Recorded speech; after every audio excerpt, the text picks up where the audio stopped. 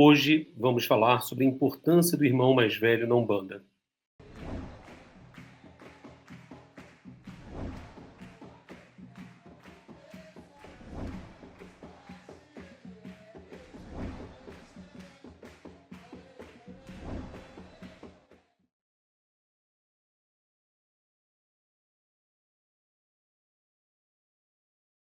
Bem, pessoal, eu me chamo Felipe Brasil, eu sou dirigente do Templo Espiritualista Umbanda, casa de Umbanda localizada em Maricá, no Rio de Janeiro. Nós vamos falar sobre a importância do irmão mais velho na nossa religião. Como que funciona isso? Eu estava refletindo sobre esse tema e como que os mais velhos têm uma atuação importante. Aqueles que nos antecederam, aqueles que chegaram antes na religião. E eu tenho tanto aspectos positivos como aspectos negativos que eu vou trazer para nós pensarmos. Eu lembro que quando eu comecei na Umbanda, eu tive o corpo mediúnico se formou muito próximo. Quando eu fiz a minha iniciação, os irmãos estavam chegando e formamos um grupo. Mas tinha um irmão mais velho nesse grupo que já tinha uma larga vivência, ele fazia ali as honras e as vezes de um pai pequeno no terreiro. E esse irmão, ele dava dicas muito valiosas, porque ele já tinha passado por algumas experiências e ele compartilhava as experiências sempre de maneira muito respeitosa. E uma experiência que ele compartilhou uma vez foi que ele falou para mim assim: Felipe, olha, quando você for incorporar, né, comigo funcionou, tenta fazer que pode ser que funcione com você. E ele falou para mim assim que na hora da incorporação, pensa que você fala para o seu caboclo, o caboclo que te acompanha, que você está se entregando a ele. E aquilo para mim fez uma diferença enorme. Foi uma virada de chave, eu posso colocar dessa maneira, aonde eu mentalizei aquilo na hora da incorporação. E seus sete flechas, que era a entidade que eu ia incorporar, ele se manifestou como se manifesta hoje. Apesar da consciência, apesar de quando falar, e parecia que é uma dúvida que muitos médicos têm, parecia que era eu que estava falando, era a minha voz, era, por mais que tivesse uma característica, né, lá de um guiês, né, mas era o guia que estava ali se comunicando, e eu estava me adaptando àquela nova fase. Diante disso, eu comecei a viver a Umbanda muito plenamente, e me jogar de cabeça e perguntar aos irmãos: "Pô, como você vive isso? Como que é a sua sensação?".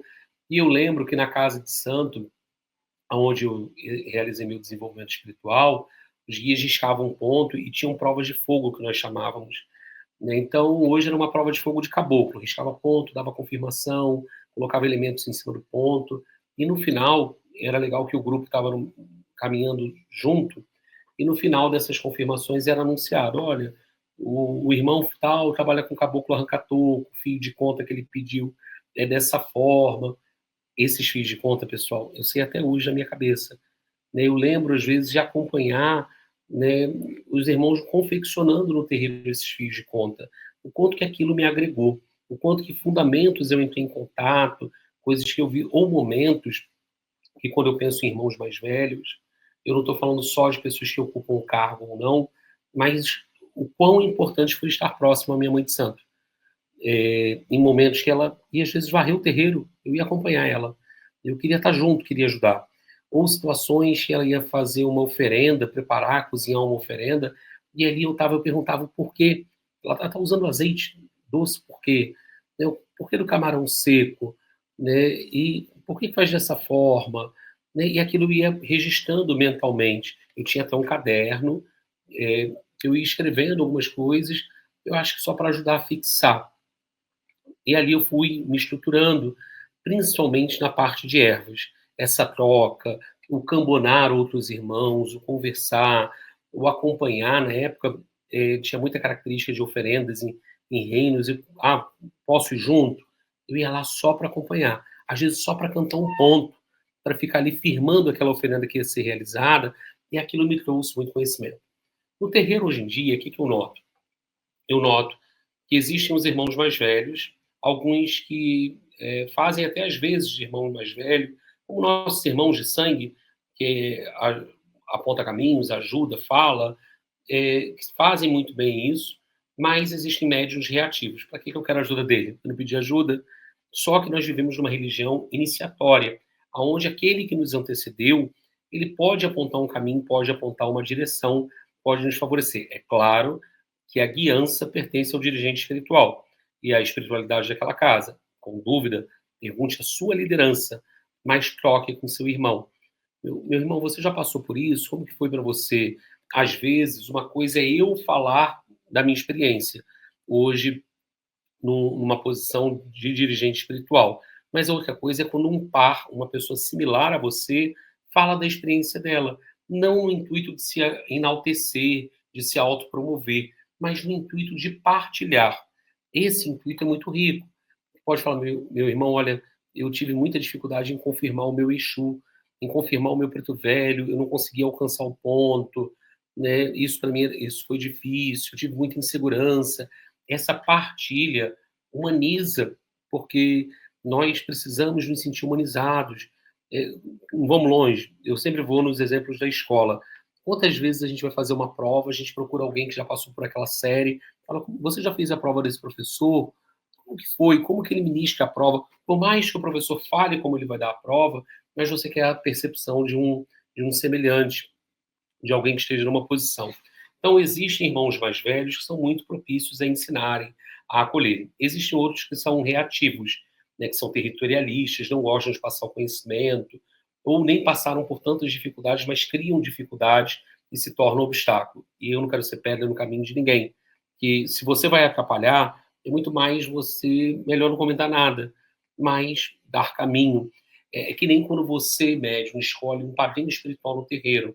Se você escolher um médium para ser o seu padrinho, você está outorgando aquela pessoa, né, que tem uma anuência sobre você para poder orientá-lo também. Então, atenção quanto a isso. Essa troca entre os irmãos mais velhos, entre poder conversar e até falar, olha, meu irmão, eu agradeço a partilha, agradeço a sua generosidade, mas eu não concordo, comigo não é assim, a minha experiência é diferente, mas sempre de maneira respeitosa. Os meus irmãos mais velhos, eles congregaram e muito para minha formação sacerdotal, para minha formação enquanto médium, com seus erros e com os seus acertos. E eu espero que vocês valorizem isso. Valorizem essa troca entre irmãos de santo. Valorizem essa troca. Às vezes, dividir a informação, olha, vai ter uma palestra assim, porque tem pessoas que querem guardar a informação só para si, como se informação, em muitas culturas, é poder, né? O conhecimento é poder, mas não adianta eu ter conhecimento e não ter sabedoria para aplicar. Então, eu convido você, que hoje está iniciando na Umbanda, busque o irmão mais velho.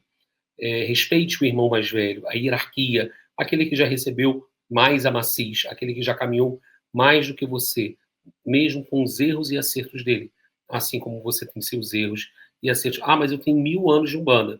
Se você chegou numa casa de Umbanda, esse seu tempo ele é respeitado, mas você é um neófito naquela corrente, mesmo trazendo uma bagagem. Então, não chegue colocando banca, chegue pisando manso, pisando devagar, respeitando. E eu trago essas reflexões no dia de hoje para você. Convido que curtam, compartilhem, comentem, se inscrevam no canal e deixem seus comentários e sugestões. Até a próxima, pessoal. Tchau, tchau.